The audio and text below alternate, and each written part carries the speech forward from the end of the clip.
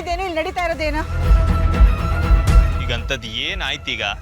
ಒಬ್ರಿಗೊಬ್ರು ಹಾರ ಬದಲಾಯಿಸ್ಕೊಂಡಿದ್ದಾಯ್ತು, ರಿಂಗ್ ಹಾಕಿದಾಯ್ತು, ಅದನ್ನ ನೋಡಿ ಎಲ್ಲರೂ ಚಪ್ಪಾಳಿ ತಟ್ಟಿ ಮಜಾ ತಗೊಂಡಿದ್ದು ಆಯ್ತು.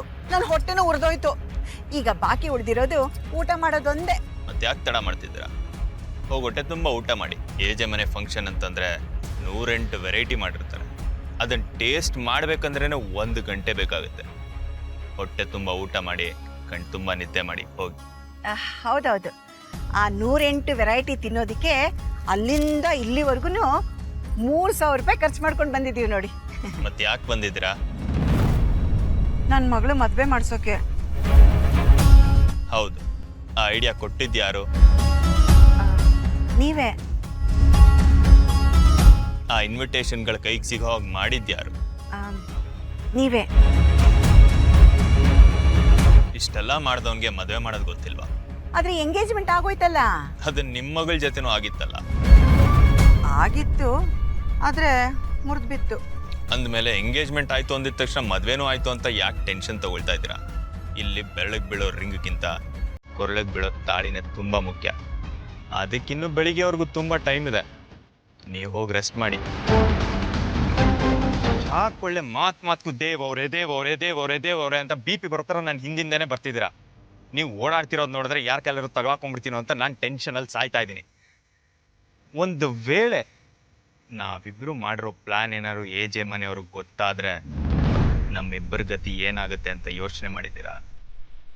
ನೋಡಿ ಆಂಟಿ, ನಾನು ಹೇಳೋದಿಷ್ಟೇ, ಆ ದೇವ್ರ ಕೈ ಬಿಟ್ರು ಈ ದೇವ್ ಕೈ ಬಿಡಲ್ಲ. ಸುಮ್ಮನೆ ಯೋಚನೆ ಮಾಡಿದೆ, ಹೋಗಿ ಊಟ ಮಾಡಿ.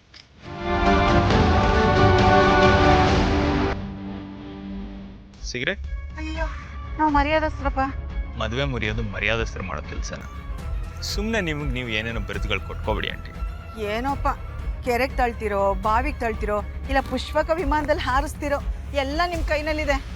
ಅರೆ, ನಾನು ಮಾತಾಡ್ತಾನೆ ಇದ್ದೀನಿ, ನೀವು ಹೋಗ್ತಾ ಇದ್ದೀರಲ್ಲ ದೇವ್. ಏನೋ ನನ್ನ ಮಗಳ ಮದುವೆ ಒಂದಾದ್ರೆ ಸಾಕು, ನಿಮ್ಮನ್ನೇ ನಂಬ್ಕೊಂಡು ಬಂದಿದ್ದೀನಿ. ಅಯ್ಯೋ, ಯಾವ ಗುಡ್ಡೇನೋ ಏನೋ, ಏನು ಮಾಡ್ತಾನೋ ಏನು ಕತೆನೋ.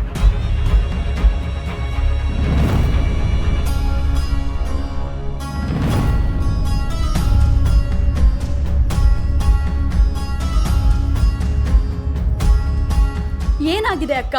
ಏನ್ ಮಾಡ್ತಿದ್ಯಾ ನೀನು? ಖುಷಿಯಾಗಿರೋ ತರ ನೀನ್ ಮಾಡ್ತಿರೋ ನಾಟಕನ ನೋಡಕ್ ಆಗ್ತಿಲ್ಲ ನನ್ನಿಂದ. ನಾಟಕನ ಅಲ್ದೆ ಮತ್ತೇನು? ನಿಂಗೆ ಮದ್ವೆಗೆ ಬರೋದು ಇಷ್ಟ ಇರ್ಲಿಲ್ಲ, ಆದ್ರೂ ಬಂದೆ. ಯಾಕೆ ಹೇಳು? ಅಮ್ಮನಿಂದ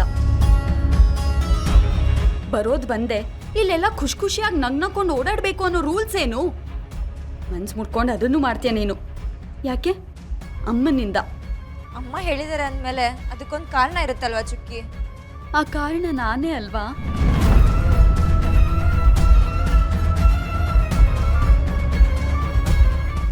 ನಿನ್ ಮದ್ವೆ ಮುರಿದು ಬಿದ್ದಿದ್ರಿಂದ ನನ್ ಭವಿಷ್ಯ ಹಾಳಾಗುತ್ತೆ ಅಂತ ತಾನೆ ಅಮ್ಮ ನಿನ್ನಿಂದ ಇಷ್ಟೆಲ್ಲ ಮಾಡಿಸ್ತಿರೋದು.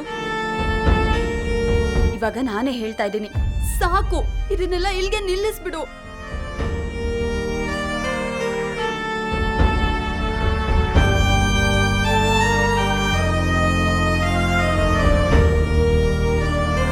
ನಾವೀ ಮದ್ವೆಗೆ ಬಂದಾಗಿಂದ ಆ ಏಜೆ ಸೊಸೆ ಅಂದ್ರು ನಿಂಗೂ ಅಮ್ಮಂಗೂ ಅವಮಾನ ಮಾಡ್ತಾನೆ ಇದ್ದಾರೆ. ಆದ್ರೂ ನೀವಿಬ್ರು ಏನೂ ಆಗೇ ಇಲ್ಲ ಅನ್ನೋ ತರ ಸ್ವಾಭಿಮಾನ ಬಿಟ್ಟು ನಡ್ಕೋತಿರೋದು ನಂಗೊಂಚೂರು ಇಷ್ಟ ಆಗ್ತಿಲ್ಲ ಅಕ್ಕ. ಇದಕ್ಕೆಲ್ಲ ಕಾರಣ ನಾನೇ ಅನ್ನೋವಾಗ ನಂಗೆ ಸಿಕ್ಕಾಪಟ್ಟೆ ಗಿಲ್ಟ್ ಕಾಡ್ತಾ ಇದೆ ಅಕ್ಕ. ಅದಕ್ಕೆ ಹೇಳ್ತಾ ಇದ್ದೀನಿ, ಈ ಮದ್ವೆಯಿಂದ ಹೊರಟು ಹೋಗೋಣ ಬಾ.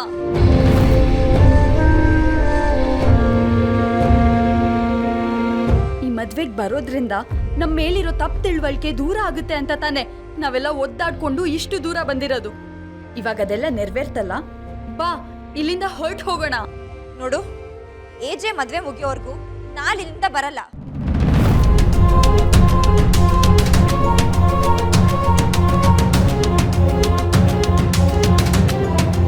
ಚುಕ್ಕಿ, ನನ್ಗಿಂತ ನನಗೆ ನೀನ್ ಮುಖ್ಯ, ನಿನ್ ಭವಿಷ್ಯ ಮುಖ್ಯ.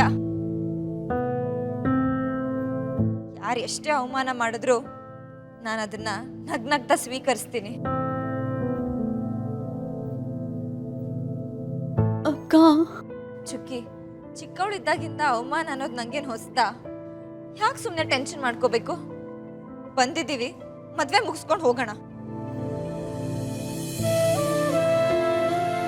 ಆದ್ರೂ ಇವಾಗ ನಾವಿಲ್ಲಿಂದ ಹೊರಟ್ವಿ ಅನ್ಕೋ, ಏನಿವರು ಮದ್ವೆಗೆ ಬಂದವರು ಅರ್ಧದಲ್ಲೇ ಹೋಗ್ತಿದಾರಂತ ಇನ್ನೊಂದು ವಿಷಯಕ್ಕೆ ದಾರಿ ಮಾಡ್ಕೊಟ್ಟಂಗಾಗುತ್ತೆ ಚುಕ್ಕಿ. ನೀನೇನೇ ಹೇಳು ಅಕ್ಕ, ನನಗೆ ನಿನ್ನನ್ನು ಹೀಗೆಲ್ಲ ನೋಡಕ್ ಆಗ್ತಿಲ್ಲ. ನಿಜವಾಗ್ಲೂ ಖುಷಿಯಿಂದ ಯಾರನ್ನು ಕೇರ್ ಮಾಡದೆ ಓಡಾಡೋ ಆ ಲೀಲಾ ಬೇಕು ನಂಗೆ,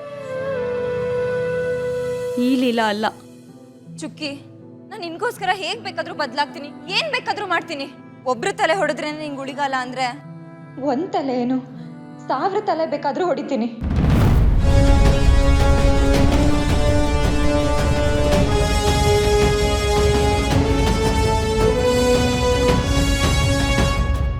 ನನ್ನ ಮೇಲೆ ಇಷ್ಟು ಪ್ರೀತಿ ತೋರಿಸ್ಬೇಡ ಅಕ್ಕ ನೀನು.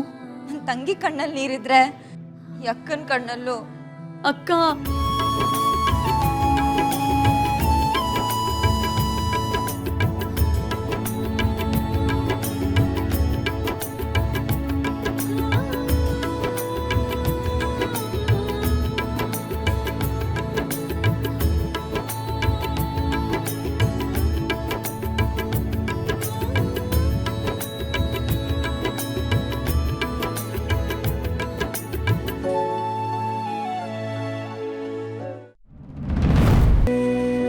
ಎಜೆ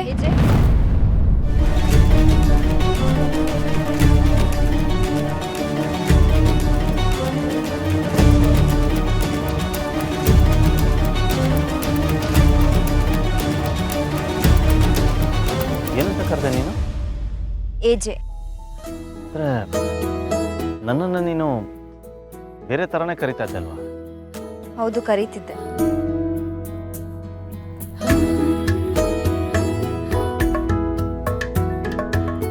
ಎಲ್ಲೋ ಓದಿದ್ ನೆನಪು, ನಮಗೆ ಆತ್ಮೀಯರಾದವ್ರನ್ನ, ಹತ್ರದವ್ರನ್ನ ಹೆಸರಿಟ್ಟು ಕರಿಬೇಕು ಅಂತ. ಇನ್ಮೇಲೆ ನಾನು ನಿಮ್ಮನ್ನ ಎಜೆ ಅಂತಾನೆ ಕರಿತೀನಿ. Thank you. ಯಾಕೆ ಅಂದರೆ ಮೆಹಂದಿ ಶಾಸ್ತ್ರದ ದಿನ ಓಡ್ ಹೋಗಿದ್ದು ನಾನು, ಆದರೆ ನೀವು ಅದನ್ನೆಲ್ಲೂ ಹೊರಗಡೆ ಹೇಳ್ಕೊಳ್ಳಿಲ್ಲ. ನಿಂಗೆ ಅಪ್ಪ ಅಮ್ಮನ ಬಗ್ಗೆ ಯೋಚನೆ ಇಲ್ಲ, ತಂಗಿ ಬಗ್ಗೆ ಚಿಂತೆ ಇಲ್ಲ, ನಿಂಗೆ ಜವಾಬ್ದಾರಿ ಇಲ್ಲ ಅಂತ ಬೈದ್ರಿ. ನೀವು ಆ ಜವಾಬ್ದಾರಿನ ನಿಭಾಯಿಸಿದ್ರಿ, ನನ್ನ ಮಾನ ಕಾಪಾಡಿದ್ರಿ, ನಮ್ಮ ಅಪ್ಪ ಅಮ್ಮನ ಬಗ್ಗೆನೂ ಯೋಚನೆ ಮಾಡಿದ್ರಿ. ದೂರದವ್ರು ಯಾರು ಈ ಥರ ಮಾಡಲ್ಲ.